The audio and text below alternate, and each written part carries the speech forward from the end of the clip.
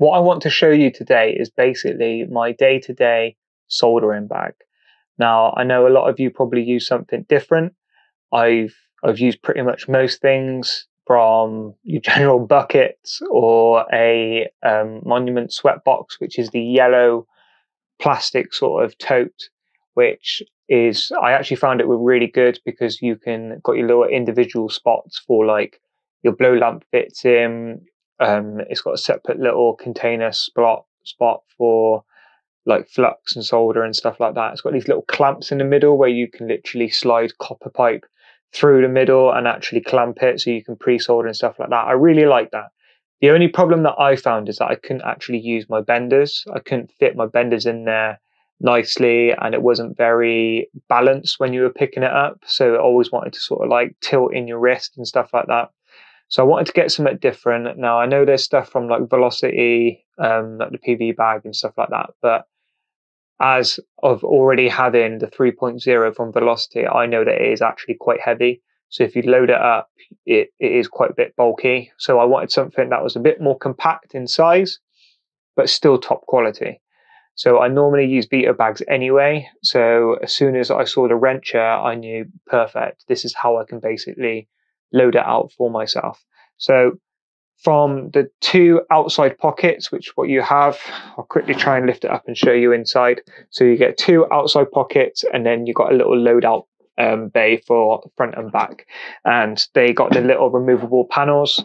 So they got one where the blow lamp fits in. So the blow lamp literally just slides straight in. I'm actually using a JVac blow lamp, which obviously has a flexible torch end. And what I find this really useful for is I can actually leave the blow lamp in place and then just turn it on, set and fire in, and angle it where I sort of want to if I want to do any pre-soldering. So if I want to pre-solder an elbow, like here, what I'll do is I'll basically angle it away, put a mat down, or my trowel, which is what I use as a burn mat.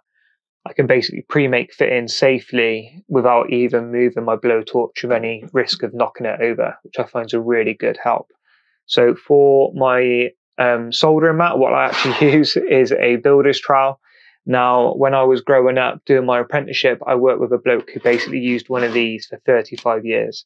And it was actually quite genius because what it does is it actually reflects the heat away from the wall back to the back end of the fitting. So you're heating up all around the outside of the back.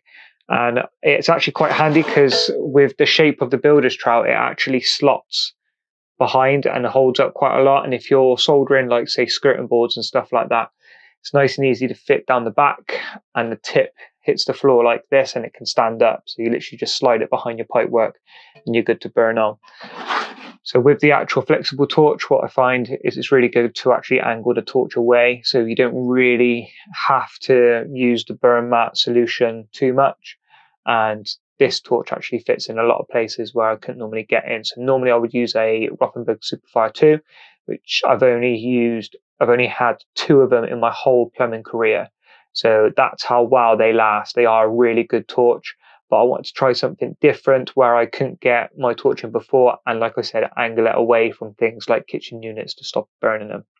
So also for the right hand side, like I mentioned with the benders, these benders literally just slide into the side pockets here. They've got a nice little impact thing on the bottom.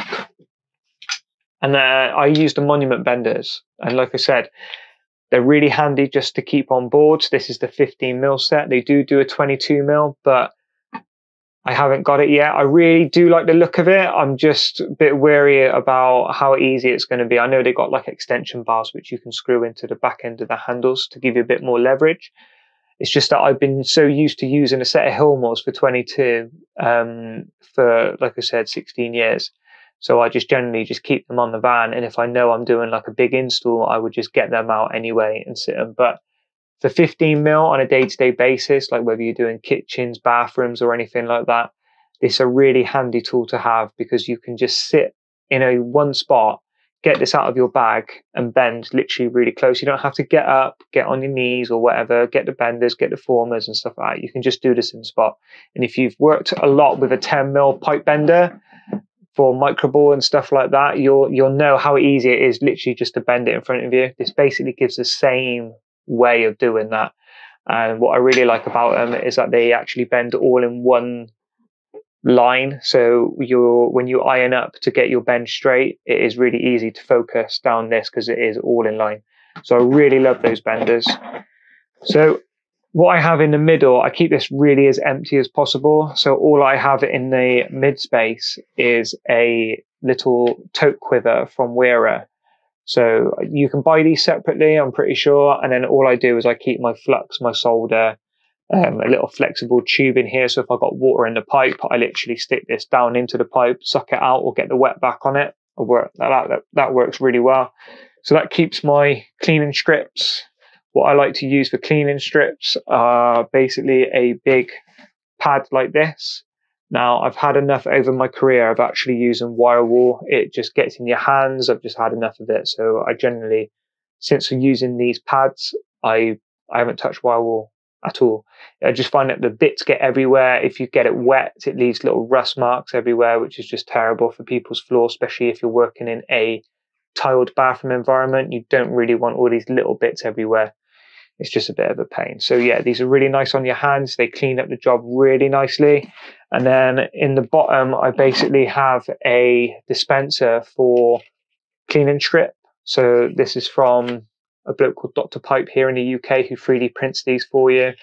And it basically allows you to keep a 5 meter reel of scratch pad. And what you do is you just pull it off, snap it, and you're good to go basically. So that lasts a very long time. There's no need to just buy those little cleaning strips from the merchants. They don't last that long and it can get quite expensive doing it that way. So the only other things that I keep in here are literally a adjustable cutter. So if I'm using 28mm or 35, I'll always keep this in here. It's just handy just to have just in case you need it. And my 22mm former. So like I said, if I need to do 22mm, I'll go get my benders from the van and I always got my former on me already. So with the sides, they got lots of D-rings on to use. So you can clip various things to it. I like to clip like a rag just for wiping down fittings. I got a tape measure on the side. And then on the back end, I just keep a little mirror. So we normally use these just to get your eyes behind a fitting and make sure they're soldered all the way around. So it's always handy just to keep something like this. You can have them extendable, but I just found this one and it was really easy to use. These little bit holders I find are really good. So if you can make up or buy like pipe cleaners to stick on drill bits, they're a 1/4 inch shank. So they look really well. So yeah, that's my soldering setup that I use on a day-to-day basis. Like I said, it's the Vito wrencher. It's nice and compact. It is quite tall. I do have to strap it in the van to save them falling over. It very rarely happens, to be honest. But obviously, if you weight them down in the bottom, you'll have less chance of happening. But it's just a nice option to have and to show you guys. So let me know down in the comments below what you use. And yeah, like and subscribe, and I'll see you on the next one.